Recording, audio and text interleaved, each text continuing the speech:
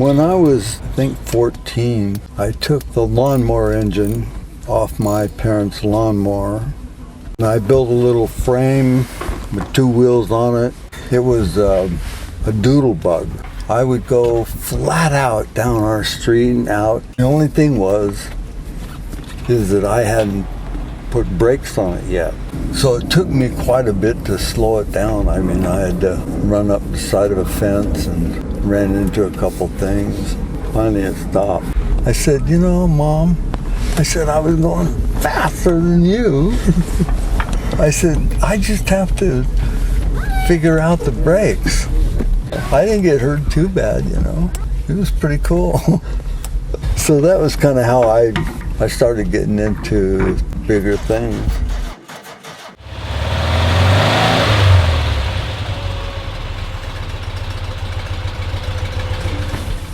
I'm Lorenzo. This is my car, 356A Porsche sunroof coupe. I've driven it 1,000,000 miles. Yeah, I've had so many really great times in it, you know, all over the world. I mean, and even the Eskimos like it. God, I've been doing Julian since I was a kid. I've been going up there, God, at least 60 years. I got up early in the morning, really early, because my wife wanted the kitchen painted. So I painted it like crazy, got all the walls painted, roof painted, everything painted, except for the trim. So I thought, okay, little break, I jumped my car, I'll ask the Julian. Have some pie and lunch, you know, and bolt home. Painted all the trim, got all the trim. Just as she comes in the door, I painted the last piece. It worked out great. And I got to take a cruise up to Julian and back. I know a guy named Chris Tanner, lives outside of Zurich. We formed a European-American racing team. So we got to Lyon in Paris and we took off on this race. It was just 2 guys, 2 cars, and no team. I go, hey, you know what, we're going for it. I was coming into this little village, so I kind of came in a little bit fast and I caught the edge of that bridge and it ripped right in back of that door pillar all the way back to the rear wheel. It just so happened we had a whole suspension set up in the back seat. I'll put that suspension in. Anyway, we took off from there and we even won that section. It was incredible. And it was all legit, sort of.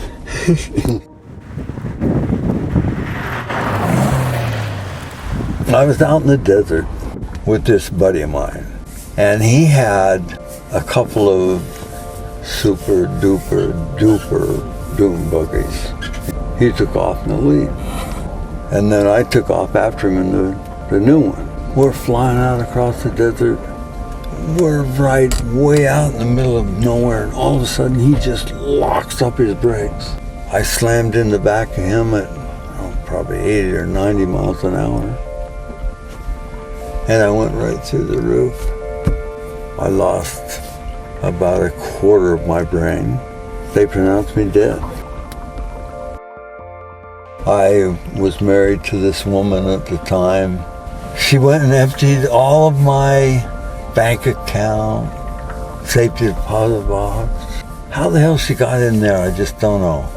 But then I was dead, and she had proof. But fortunately, I had taken my car and kind of backed it into the back of his covered space, you know, so it wouldn't get beat up with sand and whatever out in the desert. And nobody touched it.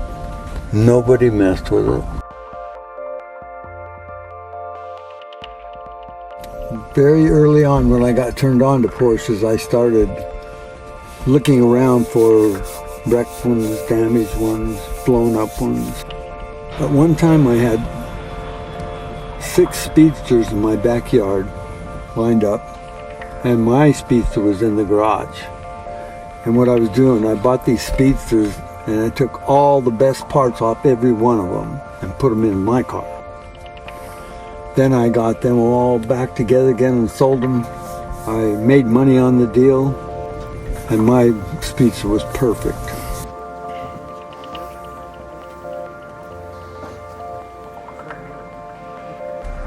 stick with it.